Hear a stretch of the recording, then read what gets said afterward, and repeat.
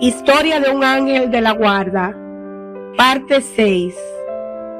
Traducido al español y narración María Elena Martínez Rodríguez.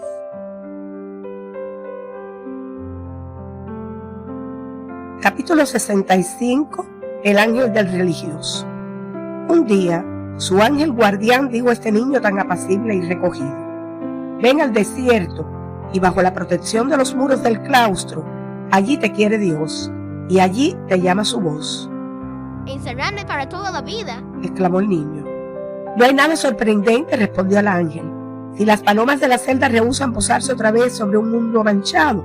Pero no temas, este nido de amor está bien cerrado abajo, para que pueda estar mejor abierto arriba, hacia el cielo. ¿Cortar todo vínculo con los demás?, volvió a exclamar. Rompe tus relaciones con los hombres solo para tener otras más íntimas con los espíritus bienaventurados, dijo el ángel.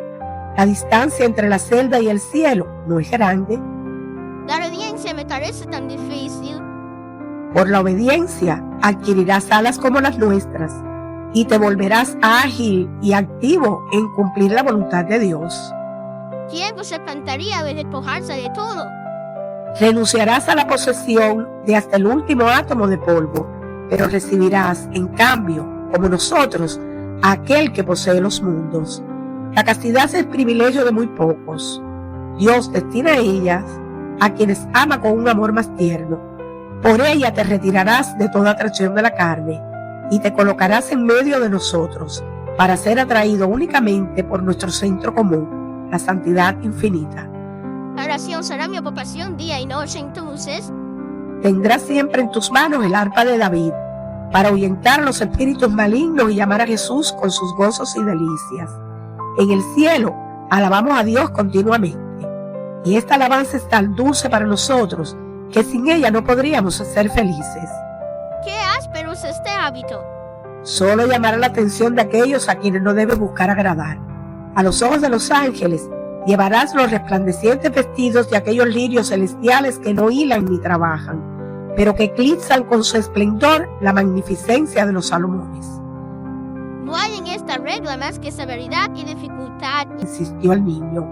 Es un modelo de gran virtud y de alta perfección. ¿A cuántas almas ha hecho dignas del cielo? ¿Será entonces la vida de un ángel la que debo llevar? Vivirás nuestra vida, ganarás nuestra fuerza y nuestra belleza. Serás uno de esos legiones de ángeles terrenales tan frecuentemente visitados por sus hermanos del cielo.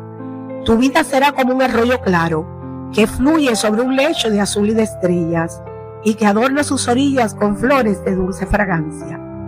El claustro se abrió para el novicio. Los primeros días solo le trajeron consuelo: oración, silencio, trabajo, separación del mundo. Todo le agradaba. Pero Satanás debía tener su turno. Se presentó un momento en que todo estaba cubierto de crespón. Todo era oscuridad, tristeza, desesperanza, y el joven ya decía: ¿por qué atarme a una clase de vida por la que no siento ninguna atracción? ¿No puede uno salvarse en el mundo también como aquí? Aun si tuviera un poco de aliento, pero me parece que Dios mismo me rechaza y me ordena abandonar esta casa. Ten valor, dijo su ángel de la guarda con dulzura. Reconoce los últimos esfuerzos de Satanás. Él debe temer mucho tu presencia en este claustro para esforzarse tanto por sacarte de él. Sé firme. Dios te ha hablado por boca de aquellos que lo representan. Eso debería ser suficiente para ti. El joven permaneció en su celda, y su celda se convirtió para él en un delicioso paraíso. En el momento en que pronunció sus votos ante Dios, algunos campeones del mundo lo compadecieron, pero los ángeles lo aplaudieron y rodearon esta ceremonia con gran pompa. Por su alegría, podría haberse dicho que el joven religioso había entrado en uno de sus coros para hacer el ornamento de este, y que la jerarquía sagrada contaba con un ángel más. El religioso aún era atormentado a veces por la tentación, pero había sido criado para la guerra, y obtenía tantas victorias como ataques debía resistir. Sucedía que a veces sentía celos por la preferencia mostrada a uno de sus hermanos. Entonces el ángel puso inmediatamente ante los ojos de su espíritu, de un lado, un montón de oro, y del otro algunas pocas monedas. Compara lo que cada uno de vosotros ha dejado en el mundo. Mira cuánto supera el sacrificio de tu hermano al tuyo, y cuán inferior eres a él en mérito. La ambición turbaba su reposo. Se sorprendía a sí mismo considerando en su imaginación los bienes que habría podido reunir mediante un trabajo perseverante en medio de los hombres. El ángel le hizo ver, en un rayo de luz, un oscuro átomo que se desvaneció en un instante. Ahí tienes, le dijo, el valor del universo para un alma que es inmortal. Se quejaba de su sequedad. El ángel le dijo, cuando el divino maestro huyó por el desierto, dichosos fueron aquellos que no dejaron de seguirle. Ellos le probaron que sus aspiraciones eran puras y que solo a él tenían en vista. Para estos últimos fueron reservados su predilección y caricias. Impedido por una enfermedad, lamentaba no poder ir al coro a cantar el oficio divino. El ángel se alegró de ese pesar y le dijo, yo iré a ofrecer en tu lugar el incienso de la oración. Para inspirarle un horror mayor hacia la tentación, el ángel quiso mostrarle al tentador en persona. Hizo aparecer a Satanás ante él en un breve destello que surcó una nube. La muerte. Prefiero la muerte antes que tal visión. Exclamó el religioso. Y sin embargo, dijo el ángel, no lo has visto realmente. La rapidez de su paso no te ha permitido juzgar su fealdad. No importa, dijo el religioso. Antes que volver a verlo así, estaría dispuesto a caminar descalzo hasta el día del juicio sobre un montón de brasas encendidas. Su vida santa fue de gran ayuda para las almas que permanecían en el mundo. Miles de voces hallaban eco en la celda, y de todas partes llegaban volando ángeles para recoger los clamores de angustia. El ángel de la guarda les daba los favores obtenidos por el humilde siervo de Dios. En tiempos de languidez y negligencia, el ángel, algo entristecido, tenía que colocar en manos de los buscadores celestiales solo un débil socorro, pero en días de felicidad y devoción sentía un gozo inmenso. Podía dar generosamente. Pronto vio el fruto de esos méritos. Una noche, una tormenta rugía sobre el océano. Toda una flota vio la muerte ante sí. ¡Ánimo!, gritó el jefe. Es medianoche. Es la hora en que el religioso se levanta para ir al coro. Antes de partir, encomendé la expedición a él. Con los primeros rayos de la mañana, la flota dispersa se reunió. Ninguna embarcación había perecido. La virtud de un hombre justo corría un riesgo inminente. El mundo iba a llenarse con el ruido de un gran escándalo. Satanás se regocijaba. En su oración, el religioso recordó a las almas en prueba. No hubo caída. Un alma, presa de la desesperación, había resuelto poner fin a su vida. Se disponía a desafiar la justicia sin siquiera imaginar doblegarse ante ella. ¿Qué mano la detendrá? La mano que, desde lo profundo de la celda, se extiende hacia Dios. Un pecador, a punto de caer en la eternidad, rechazaba la ternura de la misericordia. Su ángel tenía una difícil tarea: reunir en una larga vida lo poco bueno que halló. Era poco tras semejante cúmulo de crímenes. De pronto, en la balanza se colocaban mortificaciones y ayunos. Ángel de la celda, aún otra alma deberá su salvación a ti. Una madre moría, pobres huérfanos. ¿Qué será de ustedes? Se agrupan a su alrededor, sin más recurso que sus lágrimas. ¿Quién detendrá la muerte? ¿Quién salvará para ellos esta mano que los guíe, estos ojos que los vigilen, este corazón que los ame? Ángeles de estos pequeños, tomad sus suspiros y sus sollozos, volad hacia la celda, y vosotros también regresaréis con consuelo y con gozo.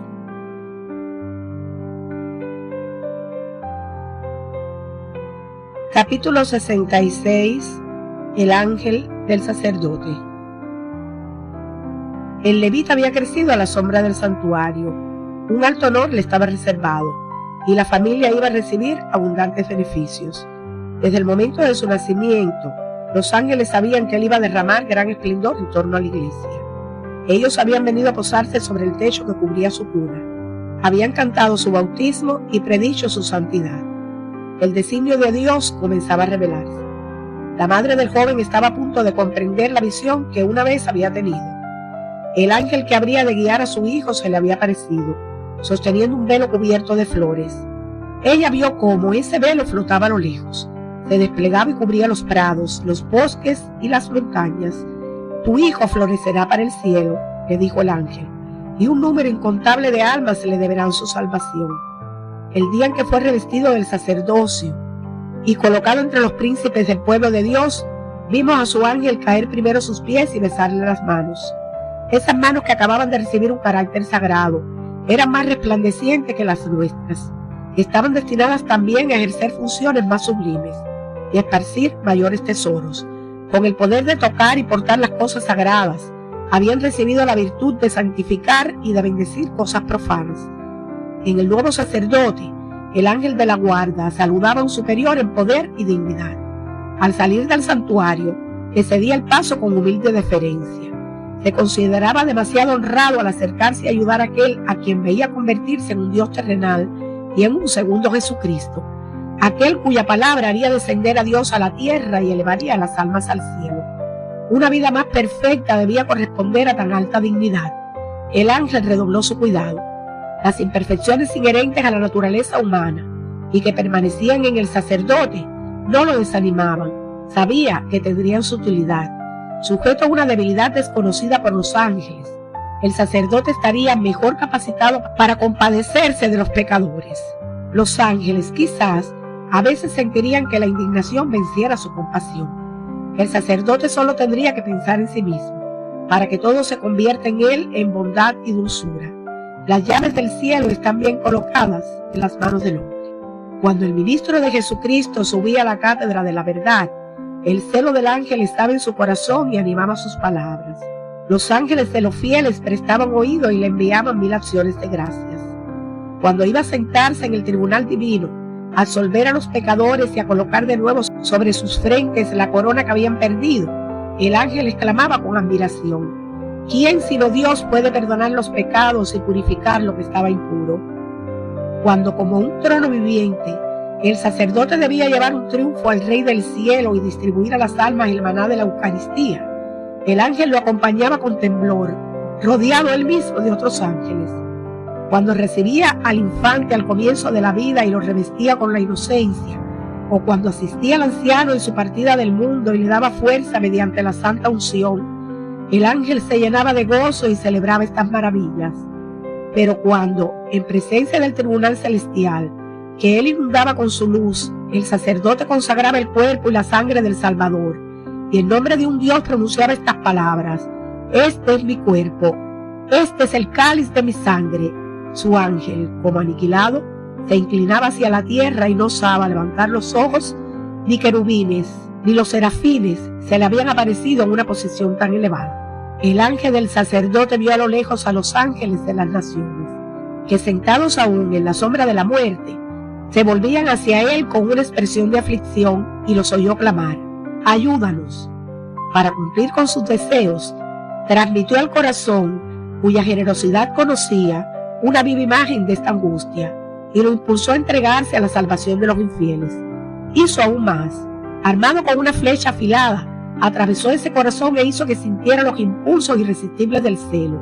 En pocos días, el joven sacerdote fue transformado en un apóstol fervoroso, y el ángel le dijo: ven. Alrededor de la nave que los recibió, miles de espíritus se cernían, hinchando las alegres velas con su aliento, calmando las olas y cantando: levántate, sé iluminada, oh Jerusalén, porque ha venido tu luz, y la gloria del Señor ha nacido sobre ti. Al ver las innumerables coronas llevadas a las almas aplastadas por la esclavitud, Satanás se conmovió, reunió sus fuerzas, les ordenó detener la empresa y aniquilarla con catástrofe. La noche, los vientos, los relámpagos, todos se unieron a su voz. Todo era confusión, todo era tempestad. Los cielos y las aguas luchaban con furia, y por encima de sus rugidos se oían estallidos de carcajadas infernales. Más de una vez, la nave estuvo a punto de ser tragada, pero brazos guardianes la sostuvieron. A pesar de los demonios, los ángeles que dirigían los elementos devolvieron la calma y la serenidad, y todos los viajeros entonaron un himno de liberación. En el momento en que el mensajero de la salvación tocó tierra, los ángeles del pueblo infiel volaron a su encuentro. Bendito seas, dijeron, el que viene en el nombre del Señor, el que será nuestro consolador y nuestra ayuda. Abrirá para nosotros los corazones que estaban cerrados, hará que seamos conocidos por quienes no nos conocen, hará fecundo nuestro ministerio. cuántas almas arrancadas de Satanás y llevadas a los brazos de su Dios a través del ministerio del sacerdote y del ángel. En el momento en que se ofreció por primera vez el sacrificio divino, una luz celestial cubrió la tierra. Los poderes de las tinieblas se agitaron e hicieron temblar el suelo. Su autoridad acababa de recibir un golpe mortal. Jesucristo inauguraba su reinado. Una mano sacerdotal, asistida por 1000 manos angélicas, había levantado en el corazón de este imperio una escalera de los elegidos. Al principio vimos ascender por ella algunas almas de pequeños niños, luego algunas almas de hombres ancianos, y luego almas de todas las edades y condiciones. Cuando el apóstol dirigía su rumbo entre pueblos idólatras, los ángeles lo guiaban hacia aquellos que habían guardado la ley natural, o que se habían desviado de ella en lo más mínimo, y que parecían estar preparados para el bautismo o la penitencia. Bajo la apariencia del azar, una providencia inteligente se convertía en su guía. ¿Quién eres tú que luchas solo contra un mundo y triunfas sobre él?, gritó el demonio. Mi nombre es Legión, respondió el apóstol, replicando a Satanás con las propias palabras de Satanás. Tú solo ves a mí un instrumento débil e inválido, pero conmigo están los ángeles de mis parientes y amigos, y de todas las almas que he venido a salvar. El diablo creyó haber descubierto el secreto de una victoria brillante. Deseaba asestar un golpe decisivo a sus adversarios mediante una persecución hábilmente planeada. Su furia lo engañó. Estaba a punto de convertirse en el ejecutor de sus propios planes, y en vísperas de sufrir una derrota sumamente ignominiosa. El ángel dijo al apóstol: ¡qué felicidad! Si al reposar con tu sangre la raíz en cierne que has plantado pudieras darle nuevo crecimiento. El apóstol se sintió arrebatado de gozo. A la hora señalada en los decretos divinos para el inicio del sacrificio, fue capturado y arrojado a una mazmorra. La admiración del ángel no conocía límites. No podía venerar lo suficiente la cadena que ataba a sus miembros, llevada por Jesucristo, que parecía más brillante que el oro. A sus ojos era un vínculo de honor, un ornamento espléndido, un uniforme incomparable de amor. Habría deseado haber dado sus alas por ella. Le habría resultado fácil, como a los ángeles que liberaron a los santos, romper esas ataduras y abrir esas puertas. Prefirió ver que las horas de esa cautividad se volvieran fecundas en mérito y gloria. Sondeó la profundidad de las heridas, midió la intensidad de la sed y del hambre, y siguió con ojo atento al progreso de los sufrimientos. Multiplicó las consolaciones para mantener el valor de su héroe, iluminó la mazmorra con rayos que hacían transparentes sus muros, y la bañó con perfumes desconocidos para las flores de la tierra. Cantaba, acompañándose con el sonido de sus alas vibrantes, y producía una armonía que salvaba de toda tristeza al alma en su prueba. Cuando el confesor repetía los salmos de esclavitud y de dolor, los ángeles respondían con salmos de liberación y de regocijo. En la víspera de su inmolación, el sacerdote sentía un pesar sin límites. Le habría gustado ofrecer una vez más a la santa víctima y fortalecerse con el pan de los fuertes, pero yacía en la tierra desnuda, inmóvil, con las manos atadas, y no tenía ni materia ni altar para el sacrificio. El ángel derramó sobre él los prodigiosos fervores que habría obrado para otros amigos de Dios. En medio de un globo de luz, se le apareció sosteniendo una hostia blanca como la nieve y vino en una copa de oro. El altar, ¿dónde está el altar?, preguntó el sacerdote. Allí está, dijo el ángel. Está listo, brilla con diamantes y rubíes. El mismo Jesús lo ha escogido. ¿Qué altar es más rico que un pecho adornado con sangre y heridas? El ángel colocó el pan y el vino sobre el pecho del confesor. Este último pronunció las palabras sagradas. Recibió de las manos del ángel el pan de vida y el cáliz de la salvación, y luego añadió: es mi turno de ser molido como el trigo, para que yo me convierta en pan digno de Jesucristo. Feliz y 1000 veces bendita sea la mano que me separe de este mundo para unirme a Jesús. Estará manchada de culpa mientras me da felicidad, pero oraré con tanto ardor al Dios de la misericordia que me concederá poder besarla un día en el cielo. En las alturas donde se siembran las estrellas, aparecieron nubes de espíritus puros. Tenían sus ojos fijos en aquella lista, hasta ahora oscura, que acababa de tornarse brillante. Un calvario estaba listo. Todo el cielo descendió hacia ella. El ángel sostuvo al confesor y sostuvo su corona. Los mártires en triunfo inclinaban sus palmas hacia él, en señal de hermandad, y Jesús, en medio de ellos, abrió su seno para recibirlo. Cuando la sangre brotó, una infinidad de manos recogió las gotas. Con ella formaron un tesoro, que será la riqueza de un pueblo parricida. Aquella sangre, como una lluvia de gracias y bendiciones, caerá sobre almas para convertirlas y salvarlas. Así se venga el mártir. Al último suspiro, un relámpago se lanzó desde las nubes y descendió al abismo. Satanás había sido destronado. La vara de hierro se había hecho pedazos. El pueblo, durante tanto tiempo aplastado por un pie maldito, estaba ahora a punto de respirar. Como un aceite maravilloso, la sangre había multiplicado por 100 el fuego del amor divino en los corazones de los hombres. Se oyó a los ángeles cantar un himno de triunfo. ¿Quién es este que viene vestido con manto púrpura, glorioso con brillantes heridas? Qué hermoso es este soldado que ha vencido al infierno. Ha entregado un reino a su príncipe y viene cargado de despojos. La iglesia que el apóstol ha fundado es digna de su madre. Lleva el sello del sacrificio y de la inmolación. Y otros ángeles que rodeaban al mártir añadieron: abrid, oh príncipes del cielo, las puertas de la ciudad eterna. El nuevo vencedor hará que sus victorias se sirvan para edificar la Jerusalén celestial. Los lugares vacíos en vuestras filas serán llenados. A los espíritus malvados sucederán en el amor las almas convertidas por el celo del sacerdote. Los lamentos se mezclaban con los himnos y cánticos. ¿Por qué no nos habéis dado también a nosotros un cuerpo? ¿Por qué el hombre ha de disfrutar en soledad la dicha de morir por ti? Pero una voz respondió con estas palabras: es por el hombre que un Dios murió. Corresponde al hombre morir por su Dios. A 1000 leguas de ese calvario, un prodigio llenó los corazones de emoción. Junto al fuego del hogar paterno había permanecido colgada, silenciosa y muda desde su partida, la guitarra con la que el futuro mártir se acompañaba mientras deleitaba a la familia con santos cánticos. Esta guitarra comenzó por sí sola a emitir dulces notas, acompañadas de una voz celestial que decía: felices los santos que han seguido los pasos del Cordero. Sus almas se regocijan en los sagrados recintos, y porque han derramado su sangre por Jesucristo, reinarán eternamente en su gloria. En su diadema, el sacerdote podía contar tantas joyas como alma había salvado. Estas almas lo saludaban con alegres aclamaciones.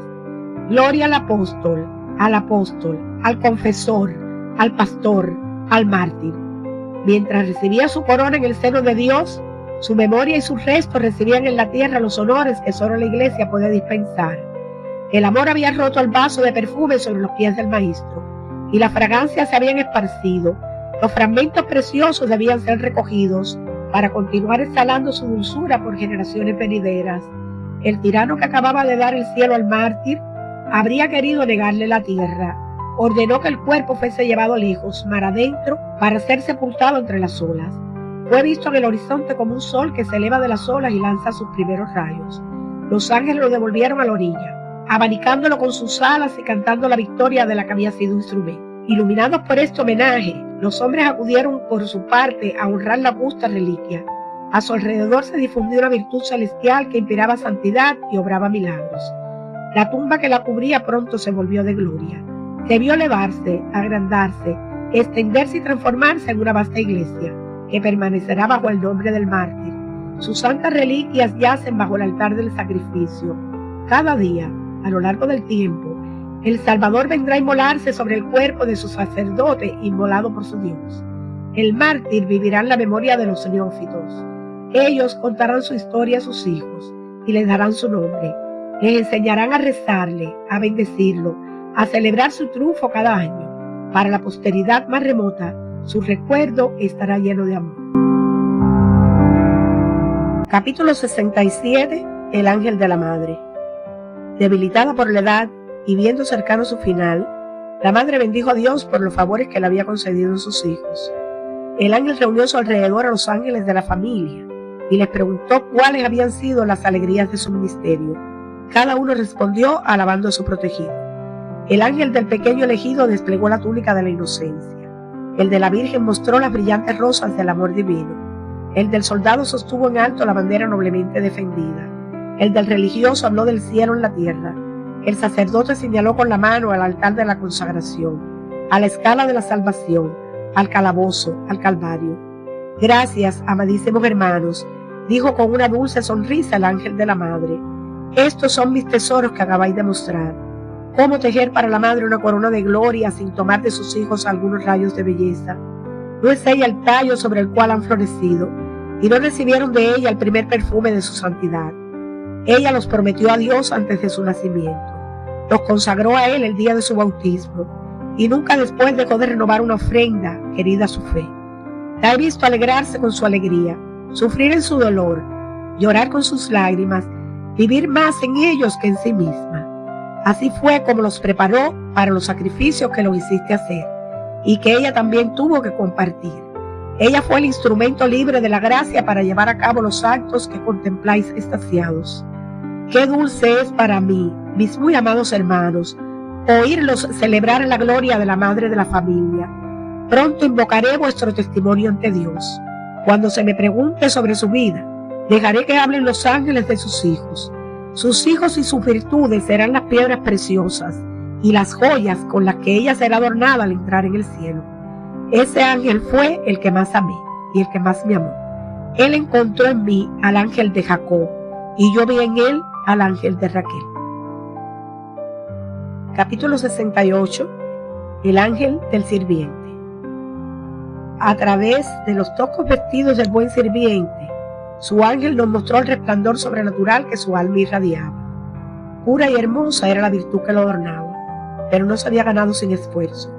En los secretos de su corazón, Satanás le dijo un día: ¿por qué esos son los señores y tú solo un sirviente? ¿Y por qué en el cuerpo los ojos son los ojos y las manos solo las manos? Respondió de inmediato aquel hombre sencillo, inspirado por su ángel. Satanás quiso hacerlo fallar en su confianza. Estás solo, le dijo, nadie te ve, nadie podrá sospechar de ti. Y el ojo que vela desde la profundidad de la eternidad, ¿desde cuándo se ha oscurecido? Respondió una vez más el ángel con la voz del sirviente. Satanás, viendo su virtud inquebrantable, intentó llenarlo de vanidad. Con voz pérfida le dijo: eres humilde, piadoso, dócil, fiel en todo. Hay pocos sirvientes tan perfectos como tú. Has llevado una vida santa por mucho tiempo. Soy un ángel enviado por Dios para felicitarte por tu victoria sobre el maligno y para mostrarte la grandeza de tus méritos. Para advertirle de la trampa, el ángel guardián presentó a la mente del sirviente un espejo en el que estaban reunidos todas las infidelidades de su vida y todas las imperfecciones que aún tenía. El sirviente quedó horrorizado al verse a sí mismo y se apresuró a decirle al engañador desenmascarado: han jugado contigo, hermoso ángel. La magnífica descripción que te han dado no es sobre mí. Por mi parte, no soy más que un miserable pecador. Satanás huyó, y el buen sirviente recibió de su ángel una prenda del más cálido afecto. Poco le importaban las relaciones mundanas de las que su posición lo mantenía alejado. Había hecho un progreso asombroso en la ciencia de la salvación. Con su ángel como maestro y su crucifijo como libro, había adquirido la práctica de sólidas virtudes. Fue de esta escuela y de este libro de donde extrajo su última consolación. Cuando llegó a la muerte, lo encontró escuchando a su ángel y con la cabeza inclinada sobre la imagen de Jesús en la cruz. Nunca tuvo un hombre rico y reflexivo en su funeral un cortejo tan noble. El carruaje estaba rodeado de ángeles, quienes repetían las palabras divinas: bien hecho, buen siervo, porque has sido fiel en lo poco, te confiaré mucho. Entra en el gozo de tu Señor. Capítulo 69. Los ángeles superiores. Nuestro ministerio como ángeles guardianes no ha suspendido en modo alguno nuestras relaciones con nuestros hermanos en el cielo. Por el contrario, se han hecho más frecuentes. Estábamos obligados a recurrir a su meditación, no por nosotros, sino por las almas que guiábamos. En esa vasta jerarquía, Dios forma entre los espíritus un orden por el cual la gracia se transmite desde los más altos a los que están debajo de ellos. El Redentor es el principio de ello. Fluye desde su pecho al corazón de María, desciende a través de los serafines, los querubines, los tronos, las denominaciones, las virtudes, las potestades, los principados, los arcángeles, los ángeles, hasta que llega al hombre. Todo está unido en esta sublime agencia controladora, y es de esta manera que formamos la providencia viviente de Dios. Los hombres reflexionan con admiración sobre la fuente de donde fluye la gracia y contemplan su belleza, vida e influencia salvadora que brota. Pero, ¿acaso sueñan con el brillante canal por el cual estas aguas fertilizantes les llegan? Qué alegría encantadora para el padre de familia el día que vio esa inmensa cadena, cuyo primer eslabón estaba en el corazón de Dios y el último en la mano que su ángel le extendía. Sin estas relaciones de la tierra con el cielo, ¿qué sería del hombre? Para apoderarse de las almas que acosa, el demonio no tendría necesidad de ataques violentos. La esterilidad y el hambre pronto se le entregarían. Desterrar a los ángeles de este mundo inferior sería despojarlo de su gloria y de sus adornos. En lugar de brillar con luz y vida, tendría en su lugar solo oscuridad y muerte. Los hombres abandonarían aquellas alturas magníficas donde presiden los espíritus puros y soñarían solamente con sepultarse en las profundidades de la materia. Sin los ángeles, este mundo de aquí abajo no tendría ni poesía ni grandeza, y en ninguna parte podría esperarse ser acogido con júbilo. Bien lo sabe aquel que siembra por doquier las semillas del racionalismo que tan gran número de almas absorben. No destruye las realidades espirituales y sobrenaturales, pero vela su visión e impide que los corazones se eleven hasta su nivel.